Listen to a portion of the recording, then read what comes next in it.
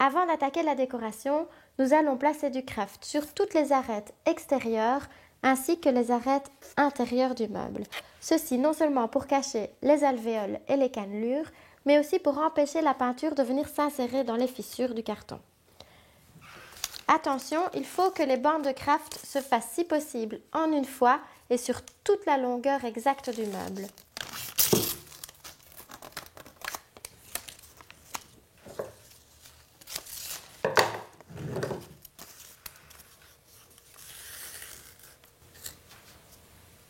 Placez-le simplement à cheval sur l'arête.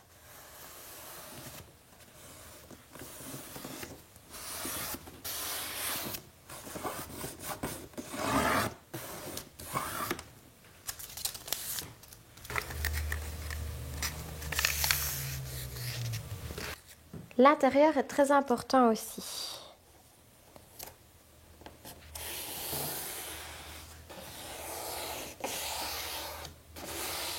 Donc, n'oubliez aucune arête, devant, à l'intérieur, sur la façade, à l'arrière aussi et même en dessous.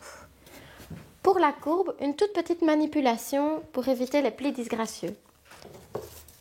Crantez le papier craft jusqu'à la moitié de la largeur. Ensuite, humidifiez-le, car cranter du papier mouillé, ça n'est pas évident. Placez la moitié du papier sur un côté et progressivement pliez les petites jupettes sur la façade.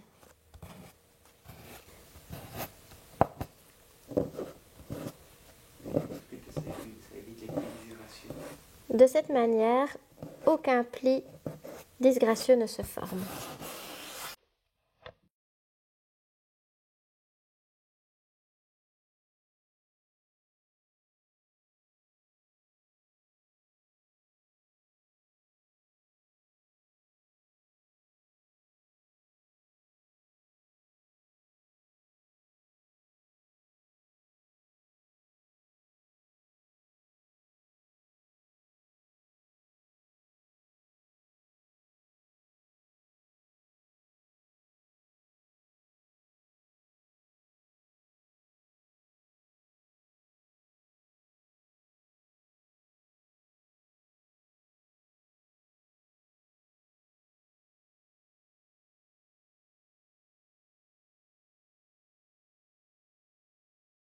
Si, lorsque vous passez votre main comme ceci, vous sentez des irrégularités, n'hésitez pas à poncer un petit coup avant de poser le papier craft.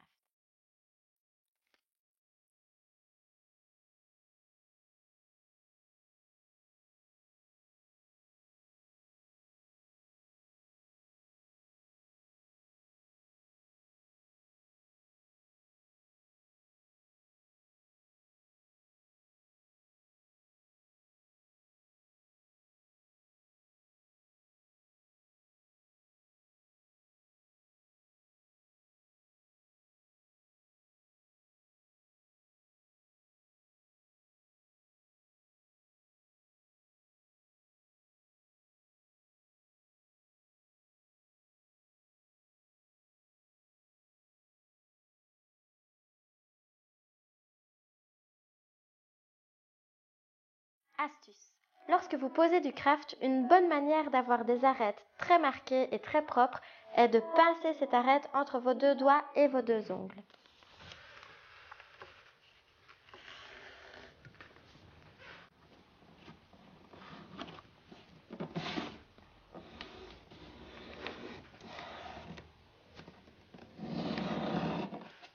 N'oubliez pas, il faudra aussi poser du craft sur toutes les arêtes du tiroir.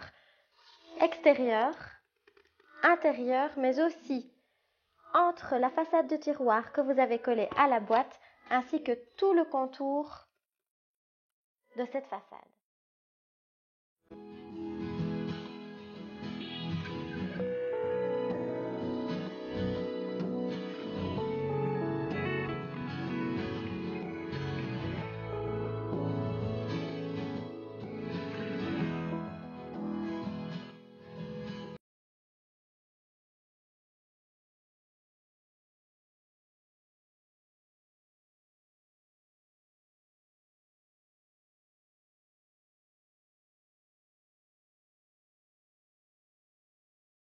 Lorsque vous posez du craft sur la façade d'un tiroir, si celle-ci est courbée, non seulement il vous faudra cranter d'un côté, mais aussi de l'autre, comme ceci.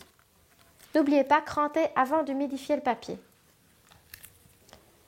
Posez-le à cheval au milieu du papier comme ceci et rabattez des deux côtés les petites jupettes. Ensuite, avec le dos de l'ongle, aplatissez l'arête et pincez à nouveau entre deux doigts pour la rendre bien fine.